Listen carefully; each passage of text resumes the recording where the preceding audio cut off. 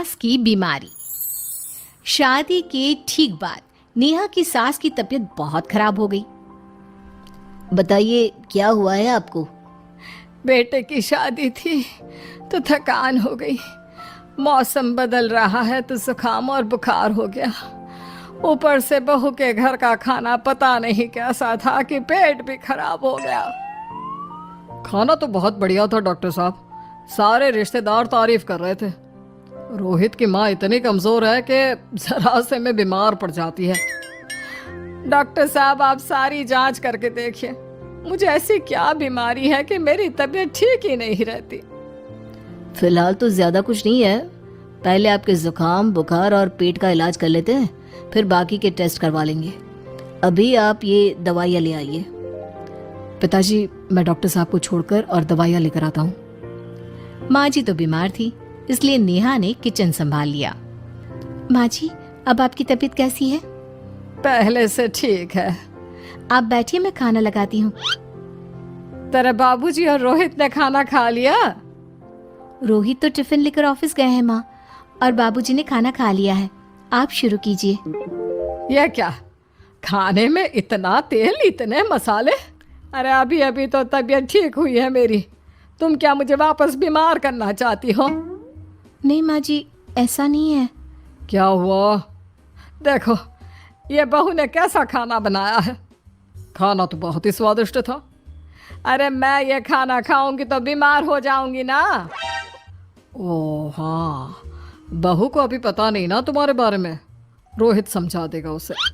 देख बहू, अच्छे से समझ लेना कि इस घर में कैसा खाना बनता है। हाँ माँ जी, मैं समझ लूंगी, लेकिन अभी आप कुछ तो खा लो। ये खाना खा लूंगी तो कल का खाना खाने के लिए बचूंगी भी नहीं।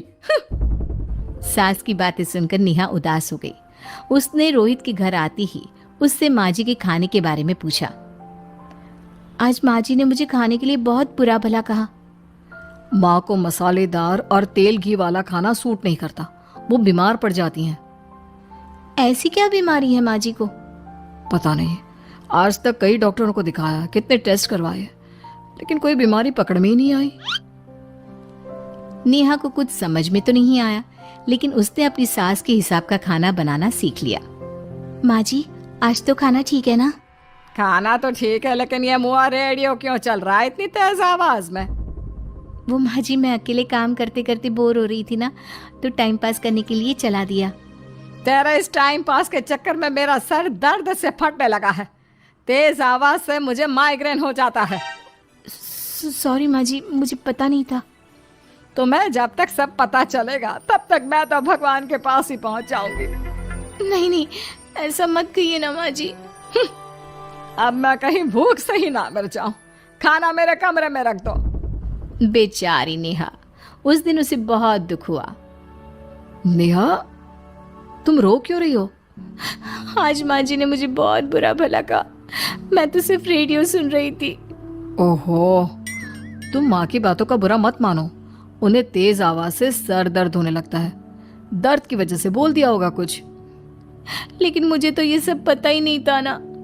इसीलिए बाबूजी ने मुझे पहले ही फोन करके सब कुछ बता दिया, और मैं तुम्हारे लिए ये हेडफोन लाया हूँ। अब तुम अपने गाने भी सुन सकती हो और माँ को परेशानी भी नहीं होगी। ये सिर्फ एक बात का हाल है, लेकिन माँ को तो हर चीज से परेशानी है। अब क्या कर सकते हैं, माँ बीमार ही इतनी रहती है। लेकिन माँ को ऐसी कौन सी बीमारी है? तुम्हें बताया तो था, किसी भी डॉक्टर को माँ की बीमारी समझ में नहीं आ रही। अब तुम भी ये सब सोचना छोड़ दो, ये हेडफोन लो और अपने पसंद के गाने सुनो। रोहित के गिफ्ट से नेहा की एक परेशानी तो दूर हो गई, लेकिन उसके मन में कई सवाल खड़े हो गए। आज मैं देर से उठाऊं या तुम जल्दी उठ गई? वो माँ जी को कल रात भर सर दर्द हुआ ना, तो जल्दी उठकर उनकी जगह मैंने पूजा कर दी। अरे वाह, आच, आच, हे भगवान, ये किसकी करामत है? ये तो माँ जी की आवाज है।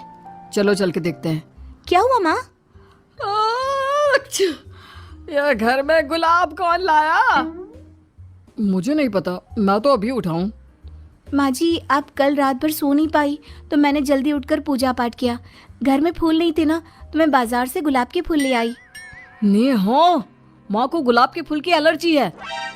अब मुझे ये कैसे पता होगा? अच्छा, तुझे कुछ पता नहीं तो तू वही काम क्यों करती है जिससे मेरी तबीयत खराब हो जाए? रोहित के बाबूजी, ये बहू मेरी जान लेना चाहती है। माँ जी, मुझे ऐसा करके क्या मिलेगा? वो तो तुझे ही पता, लेकिन कुछ तो है। रोहित की माँ, बस करो। बेचारी बहू को कुछ पता ही नहीं है, बस इसलिए उससे गलती हो जाती है। जाओ तुम कमरे में। बहू, तुम रोहित की माँ का बुरा मत मानो। वो अपनी बीमारियों से इतनी परेशान है कि उल्टा सीधा बोल देती है। नहीं नहीं बाबूजी, मुझे बुरा नहीं लग रहा, मुझे चिंता हो रही है माँ जी की बीमारी की। ये बताइए कि माँ जी को ऐसी प्रॉब्लम्स कब से होने लगी? शादी के 6-7 महीने बाद से। बाबूजी, तब घर का माहौल कैसा था? अरे भरा पूरा परिवार था। मेरे बाबूजी, माँ, काका, काकी, मेरे दोनों बड़े भाई, दोनों भाभियाँ, दोनों के 2-2 बच्चे हैं, एक छोटा भाई और एक बहन। सब साथ रहते थे। इतना बड़ा परिवार? हाँ, मैं जब 10 साल का हुआ ना, तब पापा का ट्रांसफर यहाँ हुआ। उसके पहले तक तो हमारी जॉइंट फैमिली ही थी। और माँ जी किस चीज से बीमार पड़ जाती हैं? जब तेज गर्मी हो, ठंड हो या ज्यादा बरसात हो जाए। जब माँ ज्यादा थक जाए, जैसे दिवाली पर घर की सफाई या कोई फंक्शन हो, या ज्यादा मेहमानों के आने से घर का काम बढ़ जाए। तेज म्यूजिक, तेज लाइट या ऐसे कोई तेज स्मेल आ जाए। तो माँ जी की ये बीमारी ठीक हो सकती है। कैसे? सब पता चल जाएगा। आप कल माँ जी की टेस्ट रिपोर्ट लेने जाने वाले हो ना? हाँ। तो सुनिए क्या करना है। अगले दिन रोहित माँ जी की रिपोर्ट्स लेकर आता है। माँ, बाबूजी, नेहा। अरे क्या हो गया रोहित? माँ जी की रिपोर्ट आ गई है। कुछ सीरियस है क्या? जिसका डर था वही हुआ। अरे गोल गोल बातें मत कर, सीधी तरफ बता बेटा, क्या हुआ है मुझे? माँ, आपकी किडनी, लिवर सब फेल हो गया है। आपका दिल भी कमजोर हो गया है। डॉक्टर ने कहा है कि आपके पास सिर्फ 1 महीना बचा है। ये क्या बक रहा है? ऐसा हो ही नहीं सकता। मुझे लग ही नहीं रहा कि मैं इतनी बीमार हूँ। लेकिन माँ जी, रिपोर्ट झूठी तो नहीं हो सकती ना? हाँ, माँ को 20 साल की उम्र से बीमारी लग गई थी, लेकिन कोई डॉक्टर पकड़ नहीं पाया और अब ये बीमारियां बहुत ज्यादा बढ़ गई हैं। हाँ रोहित की माँ, तुम्हें याद है शादी के 6 महीने बाद से तुम बीमार रहने लगी थी।